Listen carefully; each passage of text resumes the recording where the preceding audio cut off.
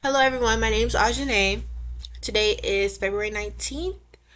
I have my third article present based on my research topic, which is dream interpretation on mental health. The name of my third article is Developmental Counseling and Therapy, or for short, DCT. Many people have dreams that feel emotional or confusing. I'm here to talk a little bit about how dreams are used in counseling and therapy to help people understand how they connect to real life. Dreams, why do dreams matter?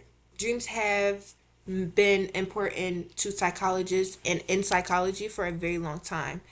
Psychologists like Sigmund Freud believed dreams showed hidden wishes, and other psychologists just felt like dreams were super important. Even today, many counselors don't use dreams because they are not trained to, but most research shows that talking about dreams help people understand their feelings better. Dreams also often reflect stress, fears, and personal struggles.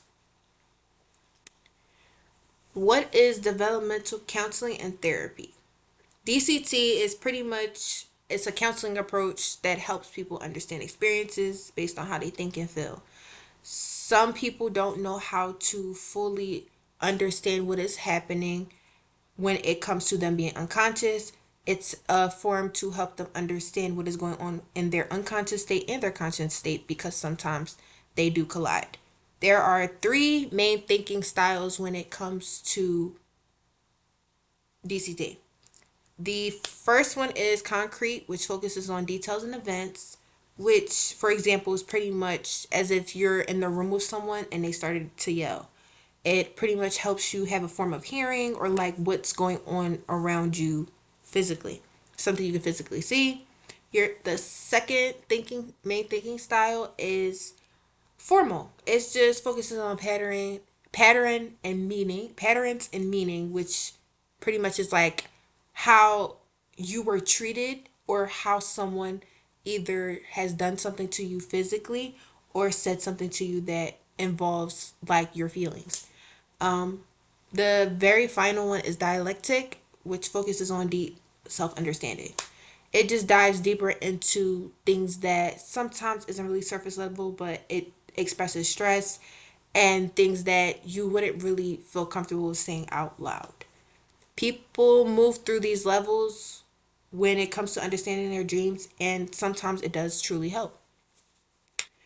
How counselors use DCT with dreams? It's 8 steps, very smooth steps. Strictly, mainly, it's basically they tell the clients, the counselors tell the dreams first, and then the counselor asks like different questions about parts of the dream that felt the strongest or felt more realistic or felt more close to home for that said client. And then the third one is the client talks about the feelings and the details on what's happening while they're unconscious. The counselor further helps find connections to real life.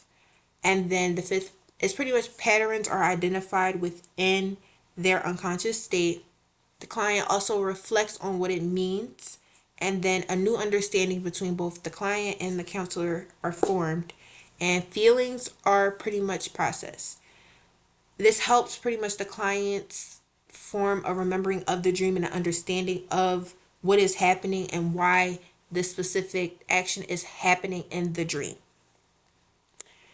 The article pretty much gave me a better understanding of how dreams are can sometimes be interpreted when it comes to the unconscious state because you're unconscious you're not fully aware of what's happening and why it's happening, and it gives me a better understanding of moving forward of how sometimes dreams can relate to real life, and it pretty much helps with other people's feelings and emotions and how they can deal with them in either sometimes a correct way and how to handle certain situations. I did start my assignment 5. It's a work in progress. It's very interesting to know how sometimes dreams can be overlooked and not fully like understood, or how sometimes using dreams to help understand the mental part of someone's life can be very constructive. Thank you.